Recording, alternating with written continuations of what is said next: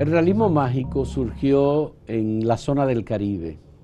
El Caribe es una zona mágico-religiosa, es una zona espectacular, hermosa, formada por islas que obviamente representan una cultura y una manera de ver la vida. Y uno tiene que, pues, complacerse de estar en esta zona del Caribe. Eso implica algunos riesgos. Los huracanes, por ejemplo. Los huracanes son un riesgo muy alto, que además hay una temporada de huracanes que comienza en junio y finaliza septiembre, octubre. No hay, digamos, mucha coincidencia porque hemos tenido huracanes hasta en diciembre. Pero los terremotos son otro de los aspectos importantes que debemos tomar en cuenta en esta zona geográfica en la que nos encontramos. Somos muchas islas y somos, por supuesto, estamos expuestos a movimientos telúricos que representan riesgos, y hay especialistas, como el caso del ingeniero Roberto Calderón, que es un especialista en ingeniería civil, pero también en ingeniería sismoresistente, porque él se ha formado en diferentes instituciones. Obtuvo su título como ingeniero en la Universidad Autónoma de Santo Domingo, hizo una maestría en ingeniería estructural en INTEC, el Instituto Tecnológico Santo Domingo. Realizó también un posgrado en ingeniería sísmica en Japón, el país más avanzado en temas de investigación científica en sismicidad. Y es profesor de la Pontificia Universidad Católica, madre y maestra, en ingeniería sismoresistente. Toda esta semana hemos conversado sobre los terremotos, a propósito del último terremoto que afectó la isla Hispaniola y que afectó particularmente, específicamente el sur de Haití. Y queremos que Calderón nos ayude a entender si nosotros en esta parte de la isla estamos expuestos a algún movimiento telúrico, algún movimiento que implique riesgos para nosotros. Muchas gracias por aceptar esta conversación. Gracias a ti, Roberto, Fausto, por la invitación. Bien. Obviamente, nuestra isla está localizada en una zona geográfica del planeta propensa a que ocurran eventos sísmicos. Y no simples eventos sísmicos, sino eventos importantes. Nuestra isla no está bajo discusión ninguna, que está expuesta a que en algún momento pueda sufrir los embates de un terremoto importante. ¿Y por qué Haití ha sido la zona que ha recibido los dos últimos terremotos de la isla potentes? Uno en el 2010, en enero, el 12 de enero del 2010, y ahora otro en agosto del 2021, 11 años después. Mira, uno en el centro de Haití y otro en el sur de Haití. En Los Cayos. En Los Cayos. Lo cierto es que nosotros podemos determinar las zonas del planeta más propensas a la ocurrencia de terremotos. Lo que no podemos todavía saber es cuándo se van a producir esos terremotos. Incluso tenemos incertidumbre en conocer también la frecuencia, la periodicidad con que se generan los eventos. ¿Por qué en Haití dos veces? Haití está en una situación en la que puede ser azotada por terremotos, pero una vez, dos veces, tres veces en cierto periodo de tiempo, eso no lo podemos determinar.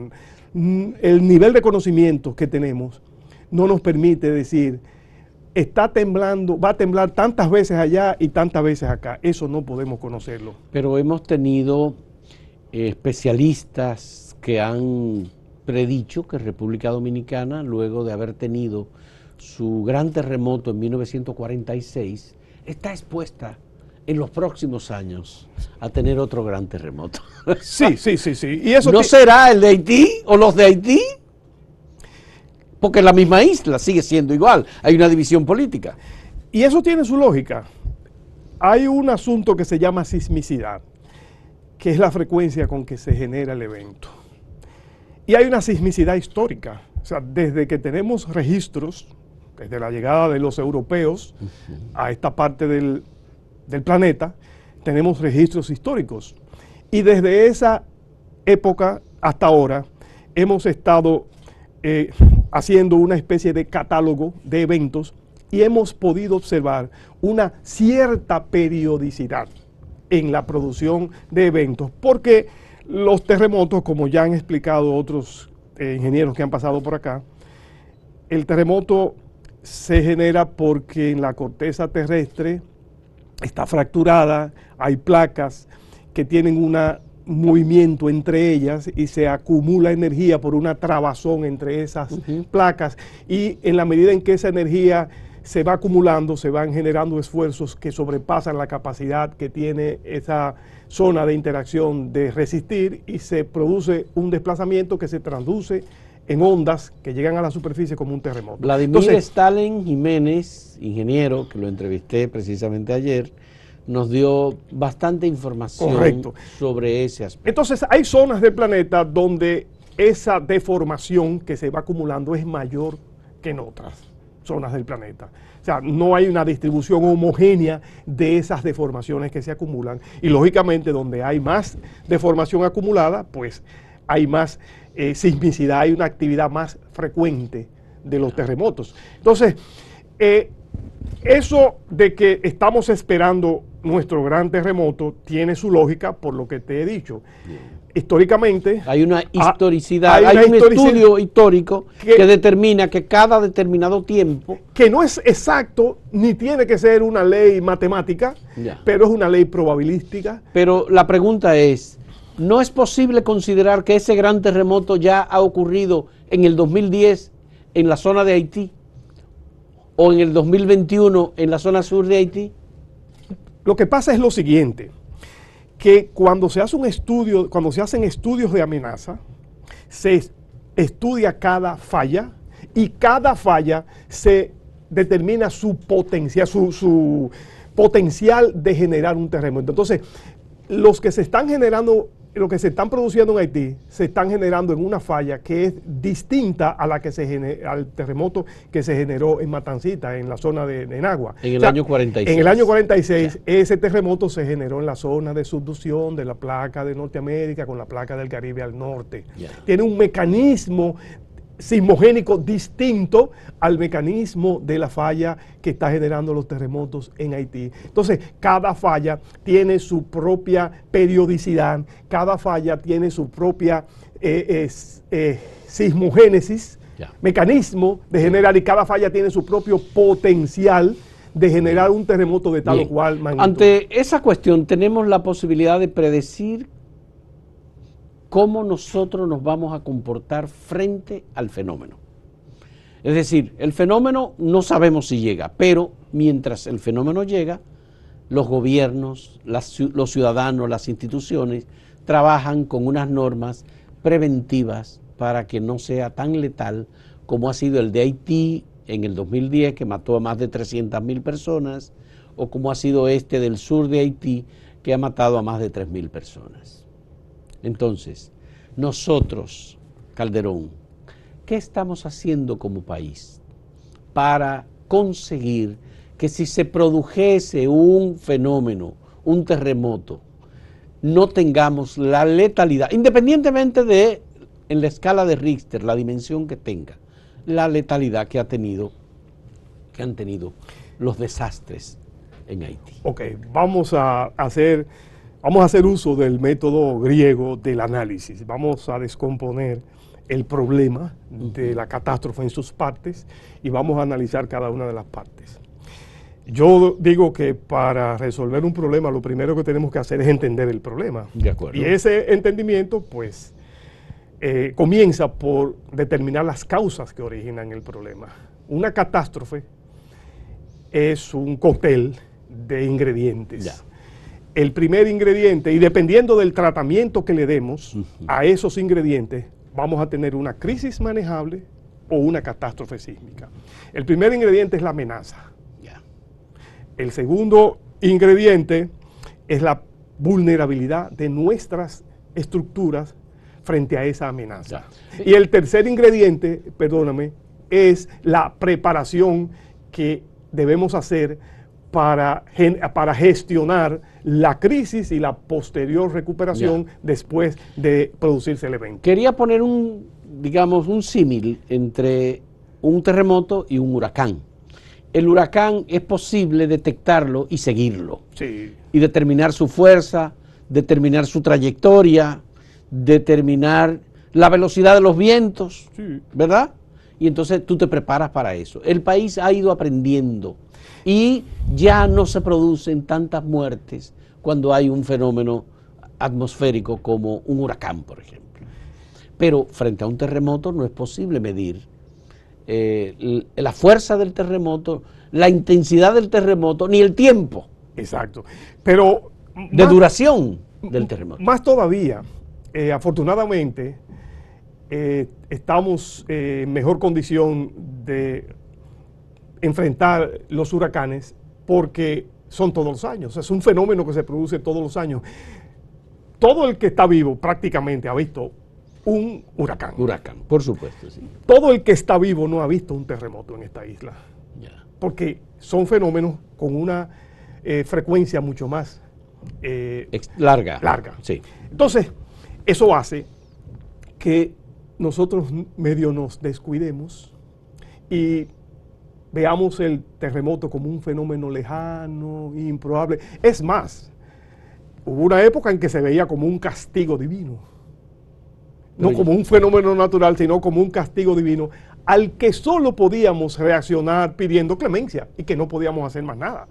Y esa actitud de resignación subyace en la mentalidad y en el quehacer de nuestras autoridades y de todo el país. Y eso es un gran problema. ¿Qué hacer para poder resolver esa situación del terremoto? Bueno, como yo te dije, tenemos 3 ingredientes que forman parte de ese cóctel que puede ser bueno o malo. Entonces, la amenaza, nada podemos hacer con esa situación. Ese ingrediente no lo podemos manejar. Eso es la naturaleza, nos puso la naturaleza en esta zona propensa y no podemos hacer nada para evitar que ocurra un terremoto. Tampoco podemos tener ninguna incidencia sobre la magnitud del evento. El tamaño del terremoto tampoco lo podemos manejar. Ahí lo único que podemos hacer es estudiar debidamente el fenómeno para caracterizarlo, para conocer el tamaño, caracterizar la amenaza y poder entonces saber a qué nos estamos enfrentando. El otro componente de la vulnerabilidad, entonces ese sí es manejable. Y el componente de la preparación, ese sí es manejable. O sea, de los 3 ingredientes del cóctel que puede ser un desastre o no, hay 2 que podemos manejar y hay uno que solo podemos estudiar. Entonces, ese segundo ingrediente de la vulnerabilidad, ese se resuelve preventivamente. O sea, tenemos que tomar acciones para evitar que el impacto del sismo sea desastroso. ¿Y cómo se maneja, Calderón, la infraestructura ya existente? Ese es otro, afortunadamente también, en los años 70, Japón, que es uno de los países más avanzados, como tú dijiste, en el tema de la ingeniería sismo resistente y sísmica en sentido general, pues Japón había estado modificando y mejorando sus códigos, y llegó un momento en que decía, bueno, tenemos una reglamentación y una práctica lo suficientemente buena como para protegernos, pero cada vez que llega un terremoto, las cosas que habíamos hecho antes se nos están yendo abajo. Debemos hacer algo para protegerla. Y en los años finales de los 60 y principios de los 70, formalmente y oficialmente el gobierno comenzó un plan con las universidades y las instituciones de investigación para elaborar una serie de protocolos de estándares de revisión de vulnerabilidad y refuerzo. Y ellos elaboraron técnicas que le han servido al resto del mundo para nosotros vamos a una edificación ya existente que se hizo sin tomar en cuenta estas previsiones. Vamos como una especie de médico que le hacemos un diagnóstico, hay herramientas, tenemos conocimiento y herramientas para hacerle un diagnóstico al edificio, determinar las vulnerabilidades, los puntos débiles, y con técnica también podemos reforzar esas edificaciones existentes. Y eso es vital porque... Es decir, no hay que tomar una decisión radical de tumbar lo que hay y volver a construir. Depende de lo que el estudio de vulnerabilidad diga, porque a veces hay edificaciones que por el deterioro del tiempo, por la cantidad de irregularidades que inducen vulnerabilidad y por la cantidad de problemas que tiene, resultaría muchas veces ser más rentable Leonardo de demolerla Jesús, que reforzarla, pero a veces... Leonardo de Jesús Reyes Madera, a quien tú conoces, Sí. yo le hice una entrevista esta semana y él decía que hay unas 6.000 infraestructuras escolares que son ilegales y que representan un riesgo muy alto en caso de terremoto. Y que hay en riesgo por lo menos 500.000 niños si se produjese un terremoto en un horario en donde se está impartiendo docencia y esos niños estén presentes. Eso es grave, eso es grave. Pero... Él dice que lo de Puerto Plata en el 2003 fue nada más que una presentación de lo que puede ocurrir en el país. Nosotros los profesores decimos que fue un pruebín. Un pruebín. Un pruebín donde uno llega al curso y le dice a los muchachos, rápido, cojan una hoja y vamos a hacer un pruebín, que no es un examen formal ni profundo, un pruebín para... Sí. Entonces eso fue un pruebín, nos quemamos. Si nos ponen un examen, entonces la cosa es complicada. Pero yo quiero decir algo más de lo que dijo Leonardo. Y hay cosas a veces que no son políticamente correctas, pero hay que decirlas. Leonardo dice que son ilegales porque esas edificaciones, pues, no pasaron por tramitación de planos, dice él, ¿verdad? Sí. Pero yo pienso que no son solo escuelas, el problema no solo está en escuelas. Aquí se está haciendo hace mucho tiempo un tipo de edificación que no tiene un reglamento, un protocolo en obra pública para calcularse. Esas edificaciones salen de lo que es lo convencional, del hormigón armado con el código que se usa en el país, salen de ese estándar porque tienen algunas características que la hacen muy particulares. Cuando esa situación se produce, lo que hay que hacer es someter un reglamento para ese tipo particular de edificaciones y con ese reglamento, una vez aprobado, discutido y aprobado, entonces calcular esas edificaciones con ese reglamento. Entonces, aquí hay un tipo de edificación que se está haciendo al margen de ese reglamento, que también es ilegal. Y hace tiempo se está haciendo. No solo son las escuelas. Pero cuando hablamos de que se hacen al margen del reglamento, ¿es para reducir costos o por falta de conocimiento? Yo diría que las dos cosas. Hacer lo que se está haciendo sin haber estudiado en detalle ese tipo de edificaciones es una condición que refleja desconocimiento de lo que está pasando.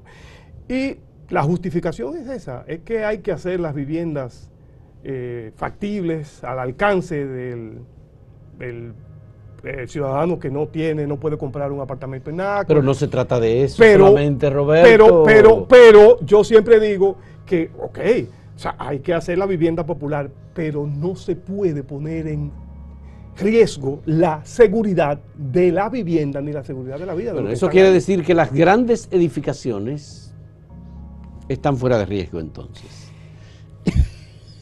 Mira, nada está fuera de riesgo. Ya. Porque oye, ¿qué resulta, Fausto? Que lo que nosotros sabemos de la amenaza es probabilístico. O sea, hay tanta incertidumbre, como te dije, en el problema del fenómeno. Lo hemos estudiado como nunca antes y se conoce como nunca antes, pero eso no quiere decir que lo conocemos con exactitud, el terremoto. Entonces, tenemos incertidumbre con el fenómeno. Y como tenemos incertidumbre con el fenómeno y además tenemos incertidumbre incluso con nuestros métodos de análisis y diseño, porque no es nada exacto, está sujeto a probabilidades. Nosotros recreamos ambientes en laboratorios de terremotos que han sucedido y hacemos incluso más. Antes teníamos una mesa vibratoria y la capacidad de la mesa vibratoria no permitía que ensayáramos edificaciones a escala real, sino que las reducíamos, ¿verdad? Hacíamos una reducción a escala, pero hoy nos dimos cuenta que se pierde información y ya tenemos mesas vibratorias que son capaces de analizar, de simular un terremoto a un edificio de 5 niveles a escala real en Japón y en San Diego, California. Entonces, hoy tenemos un cúmulo de información importante que nos acerca más a la verdad, pero eso no quita que tenemos incertidumbre. Entonces, con esas incertidumbres nosotros no podemos dar un dictamen así exacto de lo que están seguros o no. Bien, vamos a hacer la primera pausa en este diálogo con Roberto Calderón, que es ingeniero civil, especialista en ingeniería sismorresistente y en ingeniería estructural, sobre este fenómeno al que estamos expuestos los dominicanos y dominicanas. En un momento retornamos.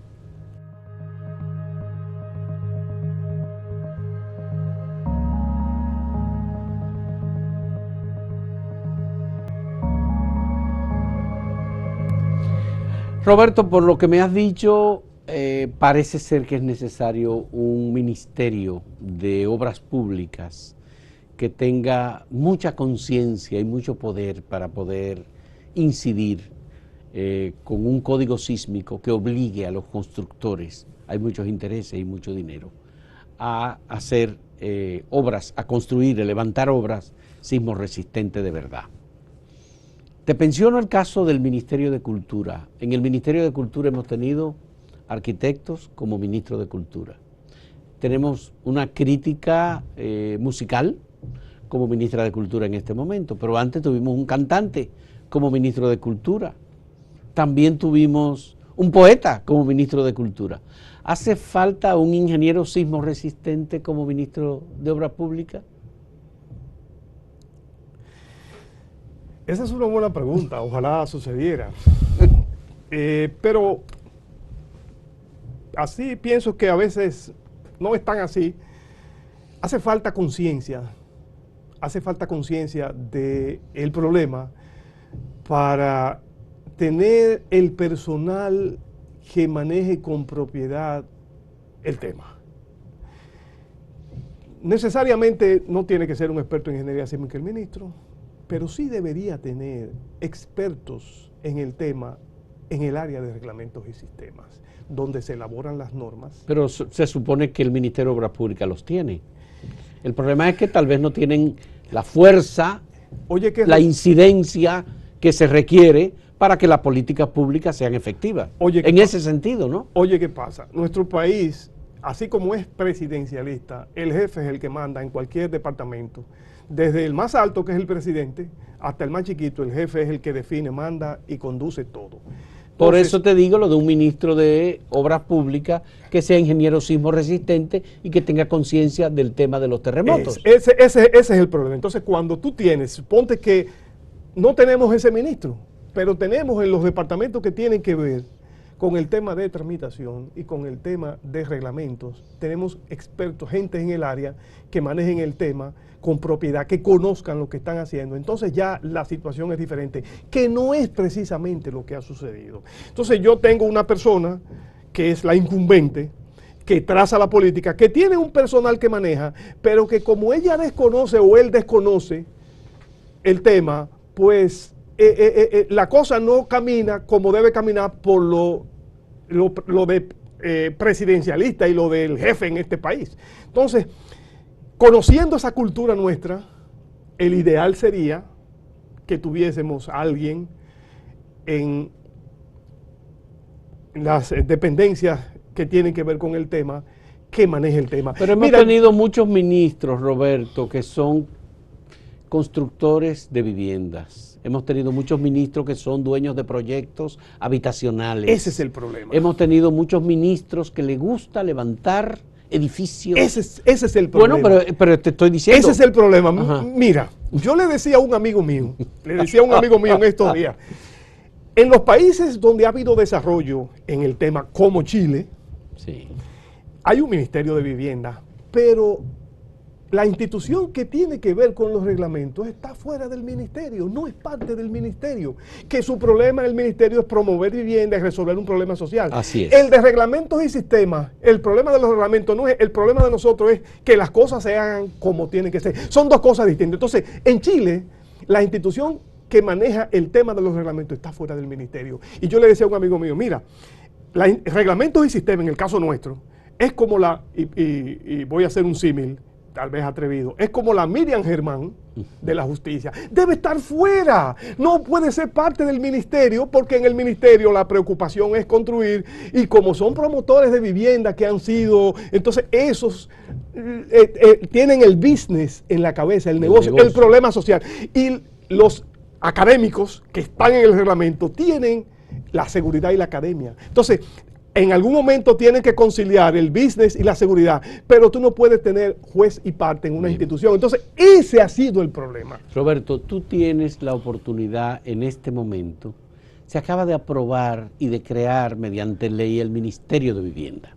¿Qué rol juega el tema sísmico o de sismoresistencia en el nuevo Ministerio de Vivienda que se acaba de aprobar? Un rol estelar. Un rol estelar. Porque pero tú revisaste la propuesta y por qué y cómo está. Sí, la revisé y tengo miedo. ¿Tienes miedo? Sí. ¿Por qué? A ver, pues tú me dices, bueno, van a resolver un problema social, en eso es que se piensa. Ahora, ¿cómo se resuelve el problema social? Creando otro. El caso de Ciudad Juan Bosch, por ejemplo. El caso de Ciudad Juan Bosch es un proyecto de vivienda que se llevó a cabo mediante fideicomiso entre el sector público y el sector privado.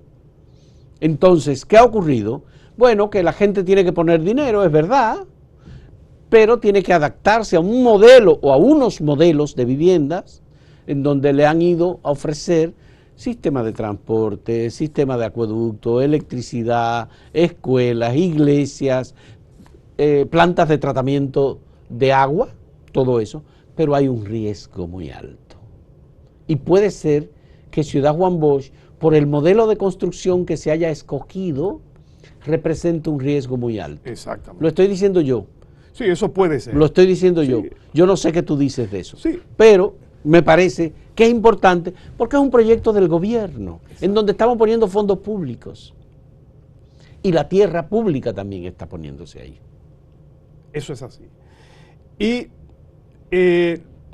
nosotros en una época propugnamos porque se hiciera una discusión académica, técnica y de toda índole sobre esos sistemas constructivos de Ciudad Juan Bosch, que no solo se hacen en Ciudad Juan Bosch, sino en otros sitios. Y son 25.000 viviendas. Sí, pero que eso no solo se hace en Ciudad Juan Bosch, se hace en otros sitios. Hay otros proyectos con ese mismo sistema que se utilizó en Ciudad Juan Bosch. Son modelos de cajones. Efectivamente, muros delgados, y hay una serie de cosas. Hemos estado propugnando hace años porque hagamos una discusión científica, técnica sobre ese sistema constructivo y que produzcamos un reglamento para ese sistema constructivo que no existe. Y como es estatal, entonces no se toma en cuenta porque no hay supervisión. Por eso te decía que Reyes Madera dijo las escuelas ilegales que ponen en riesgo, y yo me voy más allá de las escuelas. Entonces, esa es una debilidad del Estado. Esa es una debilidad, como él señaló, una debilidad del Estado. Que porque lo hizo el Estado, no. Hay que tener un reglamento para ese sistema conductivo que no existe. Está en discusión, está archivado, empantanado en obras públicas. Entonces, tú no puedes seguir construyendo esas cosas si tú no tienes un reglamento todavía aprobado sobre ese sistema constructivo. Sí. Porque entonces, en realidad el que adquiere una vivienda en un lugar como ese puede ir muy esperanzado y muy lleno de felicidad porque finalmente tiene el acceso a una vivienda, pero no sabe si se está metiendo en un problema, sí, en un riesgo, exponiendo su vida y la de su familia. Entonces, yo te decía, ahí viene lo de los planes de mitigación. O sea, si nosotros estamos sembrando vulnerabilidad, de alguna manera, Entonces estamos haciendo algo contraproducente. Si lo que debemos hacer es eliminar vulnerabilidad de nuestras estructuras para que cuando llegue el terremoto, pues los daños sean mínimos. Entonces estamos haciendo todo lo contrario. Tú sabes que uno de los sectores de la economía que mayor crecimiento tiene y que ha sido un crecimiento sostenido en el tiempo es el de la industria de la construcción. Y es una industria de la construcción con mucho poder, con inversión extranjera, que incluye no solamente viviendas, un modelo que han desarrollado ingenieros locales, ahora alimentados por ingenieros venezolanos y de otras nacionalidades que han venido, y ese es un negocio que está en pleno desarrollo en el país, sino también que hay otro tipo de edificación, grandes infraestructuras, hoteleras sobre todo, que es donde hay mayor inversión extranjera, que también debía ser analizado con más detalle por el tema de la sismoresistencia. ¿Tú qué piensas? Mira, nosotros tenemos un código sísmico y teóricamente, si aplicáramos ese código, pues al pie de la letra, como se requiere, pues no deberíamos tener mayores inconvenientes. Pero eso da por sentado que el código es efectivo. Y yo quiero cometer una herejía, ¿Sí? y decir que necesariamente no es así. Siempre hemos pensado que el código es la solución, que la aplicación del código es la solución. El código sísmico dominicano. Es la solución, la aplicación del código es la solución. Sí. Y necesariamente no es así. ¿Por qué yo digo esa herejía? Bueno, porque además de actualización, el código requiere de corrección. Pero nosotros actualizamos el código sísmico en el año 2011, Sí. Después del terremoto en Haití. Creo que era Víctor Díaz Rúa, el ministro de Obras Públicas, cuando se actualizó. Sí. Luego de 3 o 4 años de debate y de discusión y de bueno, ¿qué es lo que vamos a hacer? Y nadie le ponía caso. Al final se le puso caso por el terremoto en Haití. Sí. Eso fue. Y ahora hay que actualizar de nuevo el código y se lo hemos entregado a unos argentinos para que lo actualicen. ¿Tú qué piensas? ¿Hay experiencia en Argentina? Calidad, capacidad. Te voy a responder eso, pero antes quiero destacar lo que te dije. Mira, los códigos se actualizan. ¿Por qué? Porque en la medida en que se producen más eventos, en la medida en que la tecnología ha avanzado y nuestros laboratorios de ensayos nos han arrojado más información y hemos visto y constatado más cosas que funcionan y que no funcionan en las visitas post-evento. Entonces, el estado del arte, el conocimiento va avanzando. Y hay cosas que pensábamos que funcionaban, que no funcionan tan bien y que hay que mejorarlas. Entonces, cuando queremos incorporar el avance en el estado del arte a un código, eso se llama actualización. O sea, es simplemente traer de un conocimiento a otro, un conocimiento ya superado, a otro más reciente que está más actualizado, pues, redundantemente. Entonces, eso es actualización. Pero hay otra cosa que es corregir. ¿Cuándo corregimos? Cuando tenemos algo mal, cuando hemos abordado mal un tema. Entonces, nuestro código, siempre hemos estado hablando, qué actualización. Necesita corrección también. Necesita corrección de temas fundamentales que están mal abordados. Entonces, yo estoy diciendo herejía y lo he planteado en universidades y lo he planteado en muchos, y llegará el momento en que tendremos que hacerlo. Entonces, la simple aplicación del código que tenemos no va a resolver el problema, pero una porque cosa ese código necesita corrección y actualización. Sí. Ahora, los argentinos. Yo soy de los que cree que hubiese sido mejor una colaboración de Chile, que tiene una ingeniería sísmica exquisita y un código exquisito. El código chileno es pequeño, simple, pero exquisito. Hubiese preferido una colaboración de México, claro, y así sucesivamente, pero los argentinos que conocen de sismo en la zona de San Juan, que así se llama la San zona Juan del Estero, donde se produjo el terremoto en los años 50, 40, no recuerdo. Entonces, ellos tienen unos técnicos que conocen de terremoto. Es más, uno de los maestros del mundo de la ingeniería sísmica era un argentino, Vitelmo Bertero. Pero estos de ahora, pues yo no quisiera externar ninguna opinión del trabajo. Vamos a esperar que ellos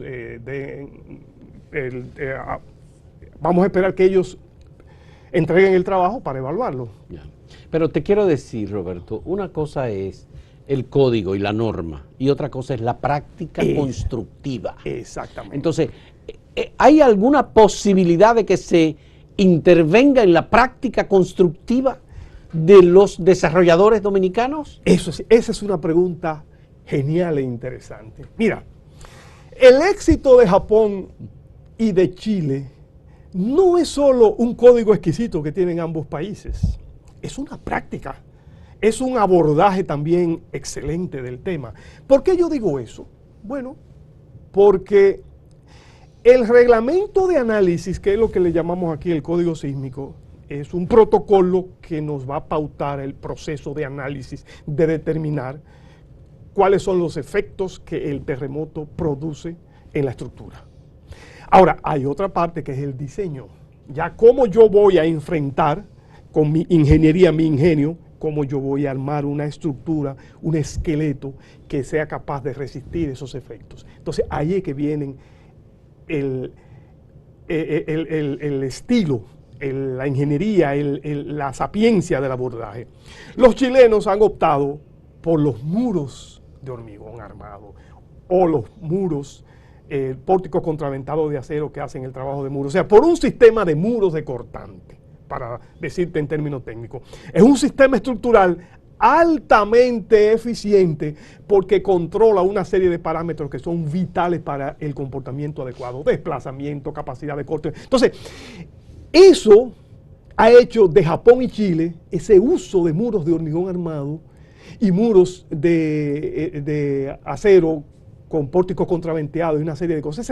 Ese estilo de muro de cortante ha sido altamente eficiente. Y por eso se habla del edificio chileno. Entonces, el éxito de la ingeniería chilena en el tema sismo resistente no está en lo exquisito y lo bien tratado que tiene su código el problema de determinar los efectos del terremoto, sino en el método constructivo y en el proceso de supervisión para que lo que se está calculando, se está diseñando, se ejecute exactamente. Y lo mismo Japón. Entonces, ¿qué pasa aquí? ¿Qué pasa en otros países? Que nosotros no somos muy aficionados a los muros, sino a los pórticos, a este sistema de vigas y columnas, que no es tan eficiente frente al terremoto. Entonces, hoy día hay un profesor en México que dice, yo no entiendo, doctor Mario Rodríguez, dice, yo no entiendo por qué en los países propensos a terremotos se usa el sistema porticado. Eso no tiene sentido porque ese sistema no es eficiente para enfrentar un terremoto. Entonces, nosotros tenemos que comenzar a cambiar también nuestras prácticas constructivas y hacer más uso de muros de cortante y menos de pórticos, momentos resistentes, aunque sean especiales. ¿Por qué? Porque en las edificaciones de gran altura, los pórticos no controlan los parámetros que a nosotros como diseñadores nos interesa controlar. Dos grandes ciudades, Santiago y Santo Domingo, Distrito Nacional. Esas dos grandes ciudades han crecido de manera extraordinaria. Todas estas edificaciones, no tenemos una experiencia de un terremoto salvo el del año 46. Y el país era de Yagua. En el 46 no pasó nada porque el país era de Yagua. Era de Yagua, exactamente. Yagua y Madera y Zinc. Sí. No, la capital había hecho los arquitectos Benigno y compañía habían hecho... Pero en términos generales, sí, no pasó porque nada. San Zenón destruyó la capital. Efectivamente. Bien, pero me gustaría saber tu criterio. En caso de que se produjese un terremoto, que no tiene necesariamente como epicentro el Distrito Nacional, podría ser en el sur del país, ¿verdad? La zona suroeste, en donde se dice que por ahí pasa la falla de Enriquillo. ¿Qué pasaría con estas edificaciones? Yo sé que a ti no te gusta, Roberto, hacer predicciones, pero yo quiero conocer tu punto de vista como especialista en ingeniería estructural y sismo resistente. Mira, hacer una predicción no es científico, porque yo le digo a la gente, yo soy ingeniero, no brujo. Los brujos predicen, dicen ellos, pero nosotros analizamos. Entonces, No, bien. nosotros Pero esa es la pregunta que todo el mundo se hace, ¿eh? Nosotros, para nosotros conocer ese escenario, tendríamos que hacer un estudio científico serio de vulnerabilidad de nuestras edificaciones. Ahora bien, pero hay estudios parciales que se han hecho, tú lo sabes. Y han dado resultados Roberto, no muy buenos. Ya, sí, perfecto. Entonces, pero oye, ¿qué pasa, Fausto? Tú caminas por ciertas calles de la ciudad y tú ves edificaciones levantadas sobre columnas que son eso te iba a decir, debiluchas. Tú dices, bueno, ¿y qué pasará ahí? Uno ha desarrollado una especie de ojo crítico porque uno ha visto lo que ha sucedido con ciertos tipos de edificaciones y de estructuras en otros países cuando se ha producido un evento importante, y uno ha visto, y está registrado, y está en libros, y está en papers, y está en trabajo, cosas que han funcionado mal y cosas que han funcionado bien. Todas las imágenes del terremoto en Los Cayos. Pero entonces, lo que te quiero decir, cuando uno camina y comienza a ver, a observar una serie de irregularidades que sabemos que no funcionan. Eso es a la vista. A la vista. O sea, una inspección visual. Una inspección visual rápida. Sí. Así uno con el ojo crítico ya, el ojo del patólogo que está mirando más allá. Entonces uno comienza a mirar una serie de irregularidades. Uno conoce el procedimiento constructivo dominicano, o sea, la filosofía del constructor, que informal y formal. Entonces uno comienza a hacerse una idea y al final uno puede tener una idea de que hay cosas que pudieran eventualmente tener serios problemas en el país. En el país. O sea, muy bien. Eso, hay gente que no quiere decirlo, pero eso es así. Eso es así. Y lo decimos porque vemos lo que ha pasado en otros sitios y nosotros no vamos a estar exentos en el caso de que se produzca un terremoto. Así es. Vamos a hacer una última pausa en este diálogo con Roberto Calderón, especialista en sismo resistencia, además de ingeniero civil y maestro, profesor en la Pontificia Universidad Católica Madre y Maestra. Volvemos en un momento.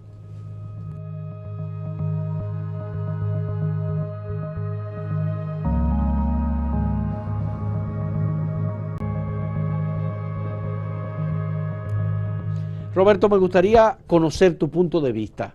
Si nosotros estamos diseñando y construyendo con sismo resistencia. Sí. Sí. Sí, sí, muy sí, bien. sí, Qué bueno. sí, no pues, podemos, pues es un veredicto entonces importante. Sí, no podemos decir que no. O sea, decir que no sería una mentira. O sea, estamos analizando y diseñando con sismo resistencia. Lo que pudiera, y el personal de inspección del Ministerio de Obras Públicas, que supervisa cada una de las etapas de una construcción, ¿está tomando en cuenta la sismo resistencia? De alguna manera sí, también. O sea, yo lo que te quiero señalar es, todo eso, si digo que no, estoy hablando mentira. O sea, se está revisando, hay un código, se está revisando, hay diseñadores que toman en cuenta el código, se está supervisando. La calidad de los materiales, la combinación de Lo cemento. que yo digo es lo siguiente, primero, ¿qué tan eficaz es nuestro código? Eso es otro tema. ¿Qué tanto manejan con propiedad el tema quienes están diseñando? Eso es otro tema.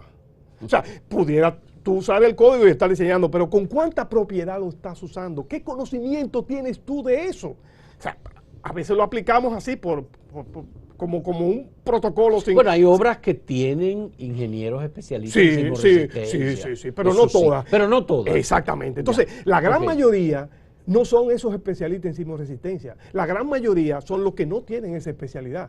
Y ese es otro tema que quiero que no dejemos de tratar antes de terminar la entrevista. Entonces, quizás, y sin quizás, nosotros deberíamos tener en tramitación de plano y en obras públicas los mejores. ¿Por qué no están los mejores? Porque no pagan. Porque esos trabajos no atraen a los mejores. Entonces, deberíamos tener mejor personal calificado, mejor calificación en el personal que está en supervisión y en tramitación y en reglamento. Tú no le puedes pedir peras al olmo, tú mandas a un muchacho recién graduado que es inspector, supervisor de obra pública a una edificación y él no va a ver lo que debería ver, porque él no tiene la formación y porque no tiene la calificación. Entonces, eso sucede y yo no estoy diciendo nada extraño. Entonces, lo que yo propugno es porque se mejore la calidad de tanto lo que está en reglamento, tramitación, todo lo que tiene que ver con el tema. Pero esa mejora, ¿de dónde viene? ¿Por dónde hay que comenzar? Si nosotros queremos tener un plan de mitigación efectivo, debemos comenzar por las universidades. Y ahora te va a hablar el profesor. ¿Por qué? Bueno, porque los estudiantes de grado, que son la gran mayoría de los que están ejerciendo, los que salen con un título de grado de la universidad, de arquitecto o de ingeniero civil, no manejan el tema con propiedad. Pudieran tener alguna información somera que le dan en la mayoría de las universidades, pero cuando cogen el código no ven lo que puede ver un especialista o alguien que tiene cierta formación. Entonces, esos son los que están en su mayoría calculando y ejerciendo. Esos son los que están supervisando, esos son los que de alguna manera calculan, revisan y hacen cosas. La mayoría de las cosas, porque las cosas muy especializadas, como tú dices, pues están en ingenieros especializados, pero son una torre allí, una torre aquí, un hotel allá, pero la gran mayoría. Entonces, si no atacamos el problema desde la universidad, no vamos a tener solución, porque no tenemos el personal calificado para aplicar el código con propiedad, para saber cuándo sí y cuándo no, y para revisar, como ha pasado, lo que yo digo. Óyeme, la aplicación de este código no es la solución. Este código necesita actualización y corrección en algunos temas. Bueno, lo que tú estás planteando nos lleva, por supuesto, al sistema educativo dominicano y a la formación universitaria en calidad. Por supuesto que hay un ranking de universidades, depende de donde tú estudies, depende de cuál universidad tú egreses con un título como ingeniero, como arquitecto, ingeniero civil, etcétera, que te va a posibilitar y abrir puertas o no. Depende muchísimo de la actitud personal que tú tengas respecto de, o el conocimiento, porque la gente lo que quiere es salir de las universidades. Sí, pero con el título, aunque no tenga el conocimiento. Ese es un problema muy serio. Pero en el tema de la ingeniería sísmica, y te lo digo con conocimiento de causa, que he estado en varias universidades. Pero la ingeniería sísmica aquí es una materia. Eso es lo que pasa, que no es una materia formal en muchas universidades. O sea, a ti, en algunas universidades, los muchachos, de paso, le enseñan el código sísmico y lo aplican como, o sea, una aplicación mecánica ahí con un abordaje errado. Le enseñan el código como que son fuerzas estáticas que hay que aplicar lateralmente y se acabó. Y el problema no es tan simple como eso. Es un abordaje liviano, ligero, que tienen la mayoría de las universidades. Sí. Entonces tú comienzas a ver con cierta propiedad el tema cuando tú haces estudios de posgrado, cuando tú haces estudios de maestría en una universidad. Entonces ya comienzan a enseñarte. Pero en los países que han tenido éxito como Chile, un estudiante de grado sale de Chile, de la universidad de grado, de cualquier universidad, con formación, y le puede dar clase a un estudiante de maestría, a un ingeniero con maestría de este país. Un estudiante de grado chileno, de grado, le puede dar clase, cátedra a un ingeniero con maestría de este país, a muchos. ¿Por qué? Porque el nivel que ellos manejan en grado es suficiente como para conocer con propiedad. Entonces, pero eso depende de una política de Estado. Eso depende de una política de Estado. Entonces, ese ha sido el problema de nuestra política de Estado. Y yo quiero ahora resumir. Nuestra política de Estado, pues, mira, hay que decirlo. Aquí tenemos un código, pero el estudio de amenaza tienen que hacerlo expertos en el tema de amenaza y no ha sido el caso del código nuestro. Ingenieros estructurales enganchados a geotécnicos han hecho el estudio de amenaza. Eso no puede ser así. Ese es un tema que tienen que tratar los expertos en el tema de geotecnia, de amenaza. No se ha hecho nunca. Se han hecho estudios de amenaza, de colaboraciones de España, de fulano. Han venido académicos de otros países que están interesados en el fenómeno que sucede con la placa de Norteamérica y la del Caribe, esta placa tan compleja, y han venido a hacer estudios, pero son iniciativas externas de universidades que vienen a estudiar la curiosidad de nuestro problema. Pero no ha habido o sea, el PNUD y el Servicio Geológico hizo un estudio localizado de sitios, de suelos, de amplificación de sitios en el país, pero muy localizado a la capital. Pero no ha habido un estudio del país de amenaza formal del Estado, pagado por el Estado para conocer, caracterizar la amenaza con propiedad, hecho por técnicos. Eso no ha pasado. Entonces, otra cosa, el Estado, como te digo, no se ha involucrado en el tema de las universidades. El tema de que estamos, como dice Reyes Madera, sembrando vulnerabilidad con escuelas y con otras edificaciones. O sea, son políticas de Estado. El Estado debe comenzar a enmendar, a corregir esas cosas. Y lo más grave todavía, todo el plan de mitigación del Estado se ha concentrado en el aspecto reactivo, o sea, la reacción al fenómeno. Defensa Civil, COE, planes de emergencia. Vamos a Santiago y hacemos un plan de evacuación y el hospital Cabral Ibáez, y creemos que con eso estamos resolviendo el problema. Óyeme, estamos preparándonos para recoger los muertos con eficacia, para asistir a los heridos con eficacia, para recoger escombros con eficacia, pero no nos estamos preparando para mitigar, para disminuir el tamaño del impacto. Nos estamos preparando para reaccionar y nos estamos engañando. ¿Por qué? Porque tenemos unos planes de evacuación y tenemos unos simulacros de los hospitales. Que, óyeme, no vamos a tener hospitales, no vamos a tener médicos, no vamos a tener ambulancias, no vamos a tener puentes, porque si se caen todas esas cosas, ¿cómo vamos a aplicar el plan de gestionar la crisis? Porque no, la crisis nos va a desbordar, porque no vamos a tener los recursos para desbordar. Entonces, es totalmente contraproducente concentrarnos en la reacción sin trabajar la prevención. El éxito de un plan de prevención consiste en caracterizar debidamente la amenaza, tener rigor con nuestros códigos y nuestra revisión y nuestra supervisión, reducir la vulnerabilidad de nuestras estructuras en sentido general, con técnicos calificados, universidades que estén en el tema formalmente, técnicos calificados en revisión, supervisión, cálculo, todo eso. Y segundo, entonces ya un plan de gestión de la crisis. Pero para gestionar la crisis nosotros tenemos que hacer un estudio de vulnerabilidad. Así como cuando viene un ciclón, el COE sabe exactamente dónde tiene que sacar la gente, porque han hecho los estudios, esto se inunda, han hecho los estudios de las vulnerabilidades. Tenemos que hacerlo así, formalmente. UNESBI tiene no sé cuántos años, desde que Fellito y yo comenzamos a fundarla, que la gente no lo dice. Entonces, todavía tenemos estudios de vulnerabilidad de escuelas, sí, pero son cosas puntuales, debemos hacerlo en el país para saber cuál es la crisis que vamos a gestionar. O sea, tú no puedes hacer un plan de gestión de crisis si tú no sabes el tamaño de la crisis que vas a gestionar. Claro. Entonces, si no tenemos esa evaluación formal, que el Estado invierta dinero en eso para saber de qué tamaño es la crisis que vamos a gestionar. Nuestra gestión de la crisis es una mentira. Y lo último es el plan de recuperación, que ya eso es más político, los economistas y esas cosas.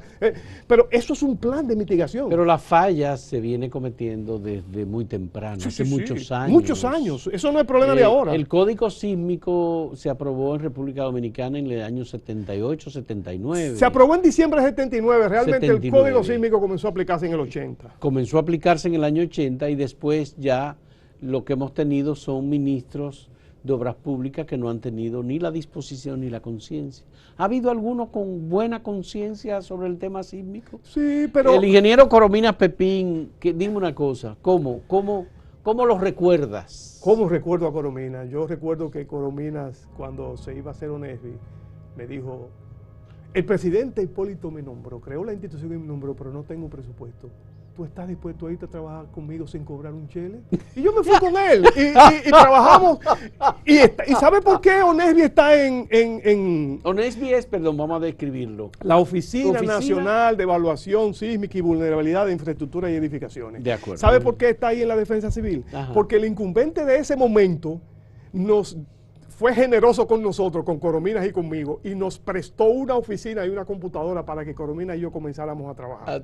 Por eso está ahí. Y de ahí me fui a Japón a estudiar. Entonces, Corominas Corominas es el padre de estos temas en el país. Del movimiento sísmico resistente. De esa inquietud.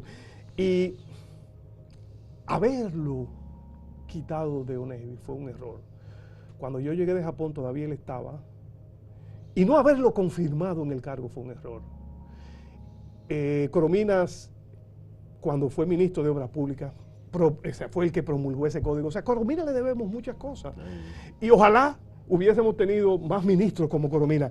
Yo te quiero hacer solo un señalamiento. Mira, Colombia, se nos acabó el tiempo. Colombia tenía una situación similar en el tema sísmico hasta que llegó Virgilio Barco, ingeniero civil. Don Virgilio Barco, ingeniero el civil. Último liberal. Llegó Sí. ese académico a la presidencia, Sí. y Virgilio Barco agarró a Luis Enrique y a una serie de técnicos de alta calificación y le dijo: tienen todo el apoyo mío, cójanse eso y resuelvan eso. Y de ahí cambió radicalmente la ingeniería sísmica colombiana. Ojalá, yo decía, ojalá tengamos un incumbente como Virgilio Barco en Obras Públicas, o un presidente como Virgilio Barco, que realmente emblemático, entienda el problema y no nombre, como dijo Reyes Madera, en ONESBI, una institución altamente calificada, a gente que no compañerito tiene, del partido. que no tiene nada que ver con eso. Bueno, don Virgilio Barco gobernó entre 1986 y 1990 en Colombia. Primero fue alcalde de la ciudad de Bogotá. Venía desde Cúcuta, era un hombre con una extraordinaria formación como ingeniero civil formado en Estados Unidos. Hizo grandes aportes, pero se enfrentó con el problema de la guerrilla y del narcotráfico. En su gobierno fue que brotó todo aquello y representó, por supuesto, un dolor muy grande para Colombia. Lo recordamos con mucho cariño, don Virgilio Barco. Bueno, Roberto, muchas gracias. Muchas gracias por esta interesante conversación, te agradecemos mucho. Roberto, ya hemos dicho, es ingeniero civil con formación en estructura sismo resistente en caso de terremoto y profesor universitario y con un amplísimo historial en materia de defensa y protección de las vidas de los ciudadanos dominicanos expuestos a terremotos. Muchas gracias. Y gracias a ustedes por la compañía en este diálogo. Hasta luego.